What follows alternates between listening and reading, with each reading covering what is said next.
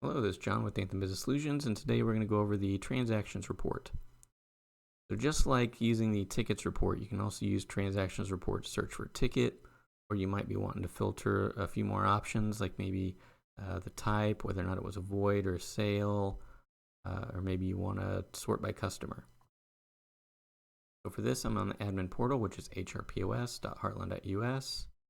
And I went to the menu icon here at the top left, went to reports, then I'm on transactions.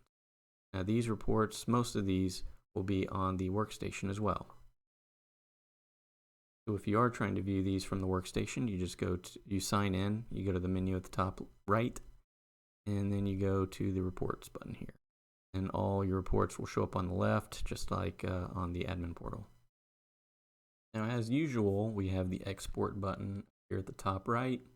You can export to PDF or CSV if you need to. And then you have the print option here, print this report out. And you do have the option to change the date range up here, and you can do that by using the arrows if you're just going day to day, or you can select date range here. It'll pull up your calendar. You have some quick buttons here on the calendar, so if you want to look at yesterday or last 7 days, this month, last month, do some quick options there, or you can select the date range you want.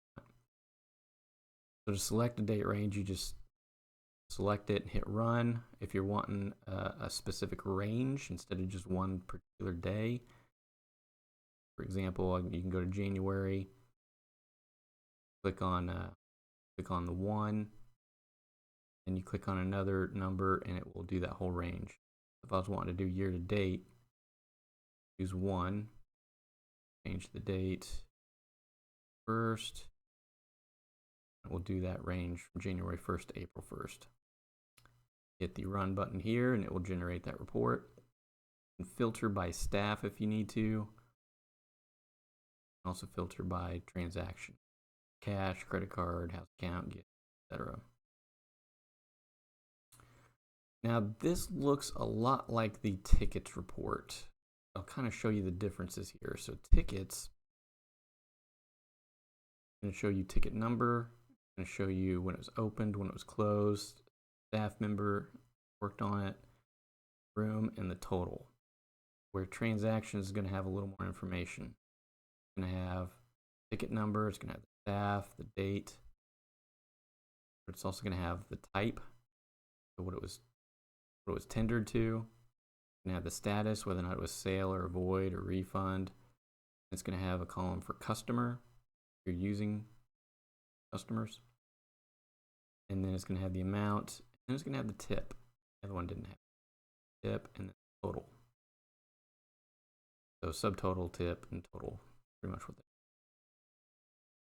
they. Now I've mentioned this before, but one of my favorite things about Heartland restaurant point of sale is that you can interact with pretty much anything in these reports here. So if I wanted to drill down, view a certain report, like let's say I wanted to drill down deeper into this L8, I click on L8, it'll pull up that report. It'll show me all the ticket information,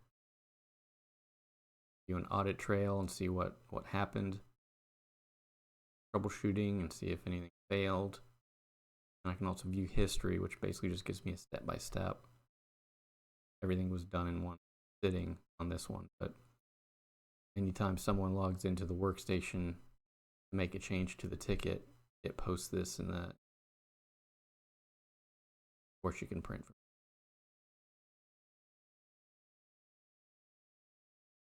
Now if you need to sort by anything else, like you just need to sort by, let's sort by status here. You just click on the arrow and it will resort things in alphabetical order. You hit it again, it does it from Z to A, or you do it from A to Z. Same with any of these. If you wanted to sort by staff, you do it here. If you use this staff, you're basically omitting. Like if I just wanted to look at Jane Doe's, you're omitting everybody else. But if you have it on all staff, and you're still wanting to sort by staff, click on this and it will sort it in alphabetical order. That's pretty much all there is to this report. I hope this video was helpful. Thanks for watching. Want to stay up to date on the latest tips and tricks?